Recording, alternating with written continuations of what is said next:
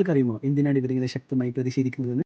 നേരത്തെ ഒരു വ്യക്തിക്ക് സ്വന്തം ജെൻഡർ ഐഡന്റിറ്റി തിരഞ്ഞെടുക്കാനുള്ള അവകാശം ഉണ്ടായിരുന്നു. എന്നാൽ കേന്ദ്ര സർക്കാർ 2026 കൊണ്ടുവന്ന ട്രാൻസ്ജെൻഡേഴ്സ് അവകാശ സംരക്ഷണ ഭേദഗതി ബില്ല് പ്രകാരം ഒരു വ്യക്തി ട്രാൻസ്ജെൻഡർ ആണോ എന്ന് തീരുമാനിക്കാൻ മെഡിക്കൽ ബോർഡിന്റെ പരിശോധനയോ ശുപാർശയോ നിർബന്ധമാണ്. ഇത് വ്യക്തികളുടെ സ്വകാര്യതയും അന്തസ്സിനെയും ബാധിക്കുമെന്നാണ് സമരക്കാരെ ചൂണ്ടിക്കാണിക്കുന്നത്. ട്രാൻസ്ജെൻഡർ എന്ന് പറഞ്ഞാൽ ട്രാൻസ് മെൻ അല്ലെങ്കിൽ ഒരു ട്രാൻസ് ലേഡി എന്നാണല്ലോ. എന്നാൽ അതിന് പകരമായി ഹിജ്റ, കെന്നഡി പോലുള്ള ചില പ്രത്യേക സാമൂഹിക സാംസ്കാരിക തത്വങ്ങളെ മാത്രമാണ് ഉൾപ്പെടുത്തിയിട്ടുള്ളത്. എന്നാൽ ഇത് പലരെയും ട്രാൻസ്ജെൻഡർ ഐഡന്റിറ്റിയിൽ നിന്നും പുറത്താക്കപ്പെടാനുള്ള സാധ്യത കൂടിയുണ്ട്. അടുത്തത് ശക്തമായ ശിക്ഷാ നടപടികളാണ്. അതായത് കുട്ടികളെ തട്ടിക്കൊണ്ടുപോയി നിർബന്ധപൂർവ്വം ട്രാൻസ്ജെൻഡർ സത്വം അടിച്ചേൽപ്പിക്കുകയോ അല്ലെങ്കിൽ ലിംഗമാറ്റ ശസ്ത്രക്രിയക്കോ വിധേയരാക്കുകയാണെങ്കിൽ 10 വർഷം മുതൽ ജീവപര്യന്തം വരെ ശിക്ഷ ലഭിക്കാനുള്ള സാധ്യതയുണ്ട്. എന്നാൽ സമരക്കാരുടെ വാദം എന്തെന്ന് വെച്ചാൽ വീട് വിട്ടിറങ്ങുന്ന ട്രാൻസ്ജെൻഡേഴ്സിന് അഭയം നൽകുന്ന സംഘടനകൾക്കെതിരെ പോലും ഈ ഒരു നിയമം ദുരുപയോഗം ചെയ്യാൻ സാധ്യതയുണ്ടെന്നാണ്. അടുത്തത് ഒരു വ്യക്തിക്ക് ട്രാൻസ്ജെൻഡർ ഐഡന്റിറ്റി കാർഡ് നൽകുന്നതിന് മുന്നോടിയായിട്ട് അവരുടെ മെഡിക്കൽ റിപ്പോർട്ട് പരിശോധിക്കാനുള്ള അധികാരം ജില്ലാ മജിസ്ട്രേറ്റിന് നൽകുന്നു. ഇത് ജില്ലാ മജിസ്ട്രേറ്റിന്റെ ഭാഗത്തു നിന്നുള്ള ഒരു വൈകിപ്പിക്കലിനെ അവർ